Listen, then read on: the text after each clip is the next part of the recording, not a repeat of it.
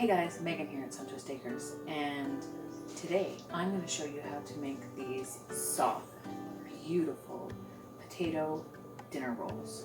They're fluffy, they're yummy. Let's get into it.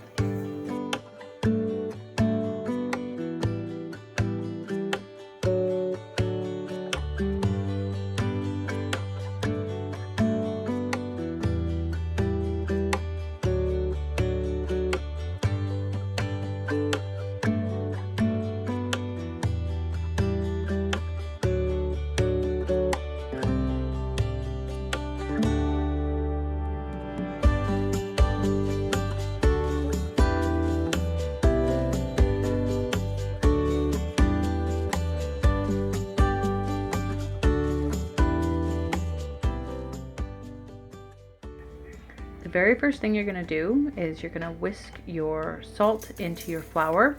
You want to try and make sure that your salt and your yeast don't touch each other because the salt can inhibit the yeast's performance.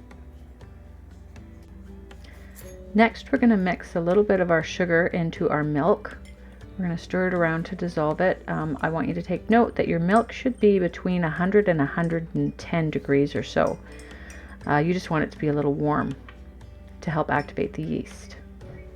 Now you're going to mix your yeast in.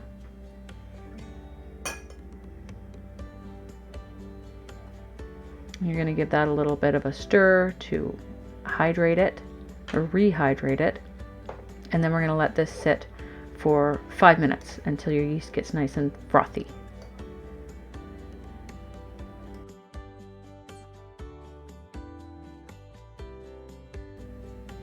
So now we're going to add our potato and our yam.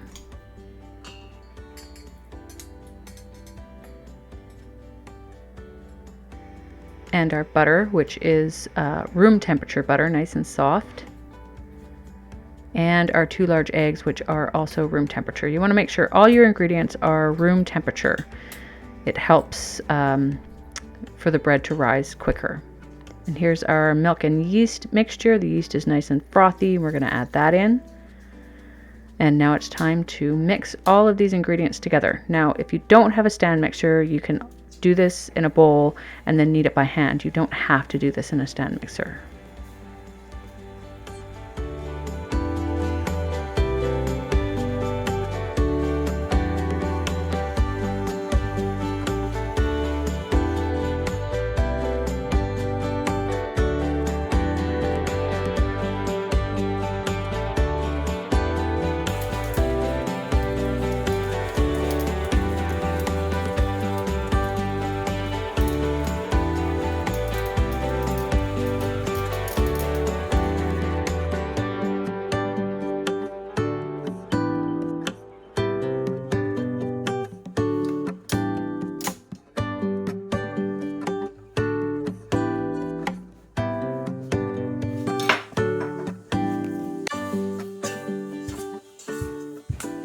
Okay, so we're going to remove it from our bowl, lay it out, pour it out onto your counter if you can, or a mat.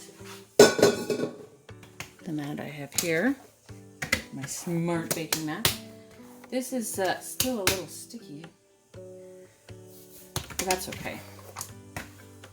And I'm just going to finish kneading this a little bit by hand. The dough is so soft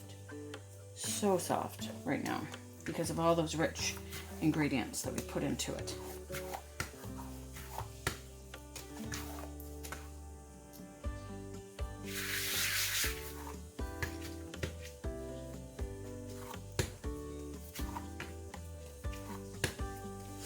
Okay, so there's our ball of dough, and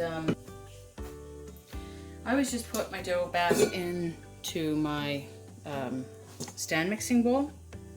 Just gonna put a little dollop of oil in there, probably more than I need, but that won't hurt anything. I just spread it out.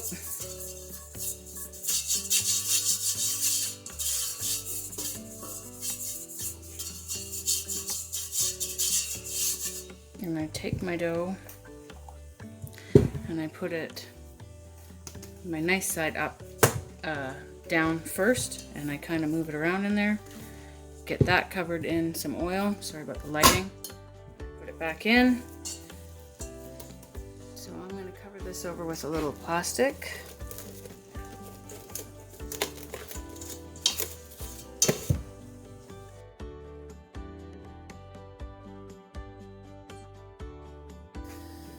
Okay, our dough is done. Proofing, I actually proofed this for an hour just because I had the time to. And I'm just going to turn it out onto my mat here, if it'll come. And we want to push all the air out of it.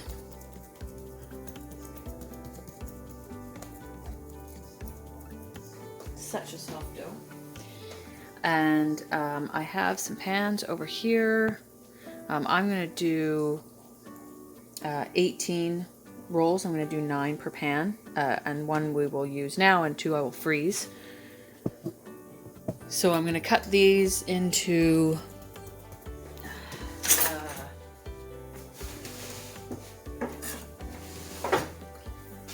18 equal parts. You can use a scale if you want.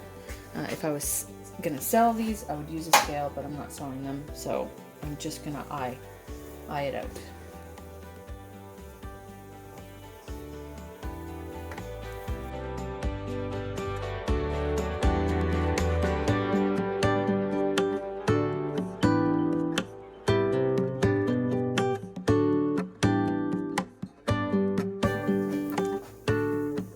Okay, so you're going to take each one of your pieces of dough and you can push it down. You want to make sure that all the air is out of them.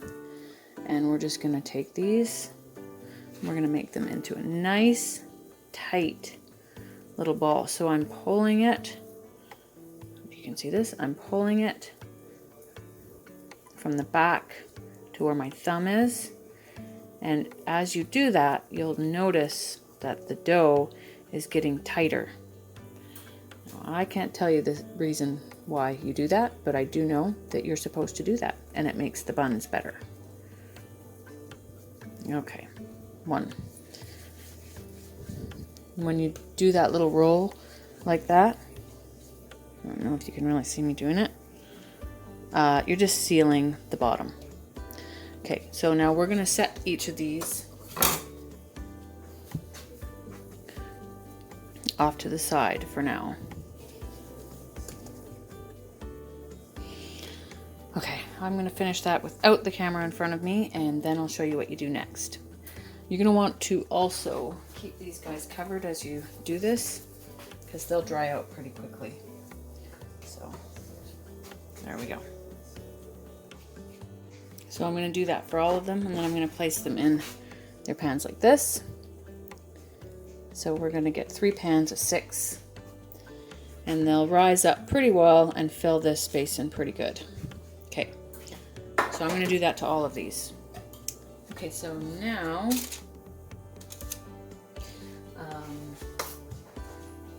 I'm just going to oil these.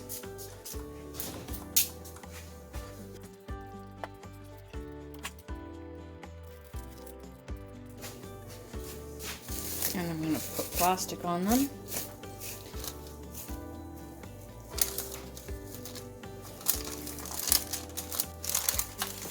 And then I'm going to put them all in the oven again and proof them for anywhere from half an hour to an hour. Okay, so these buns have proofed. That I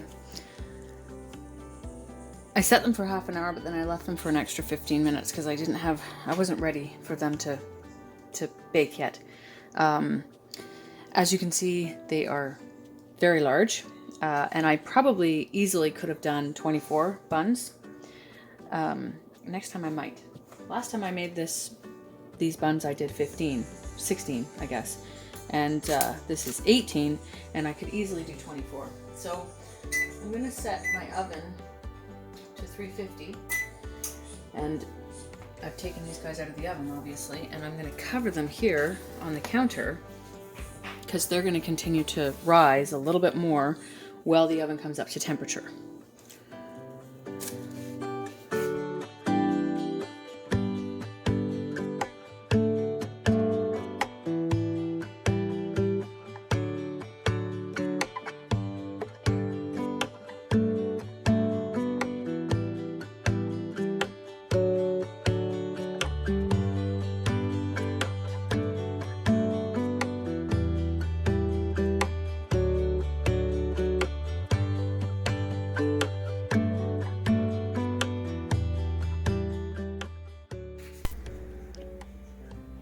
These buns also freeze really, really well, so don't be afraid if you have extras, if you have any leftovers, because you may not have leftovers, to pop them into the freezer, and when you take them out and thaw them out, you can't even tell that they've been frozen.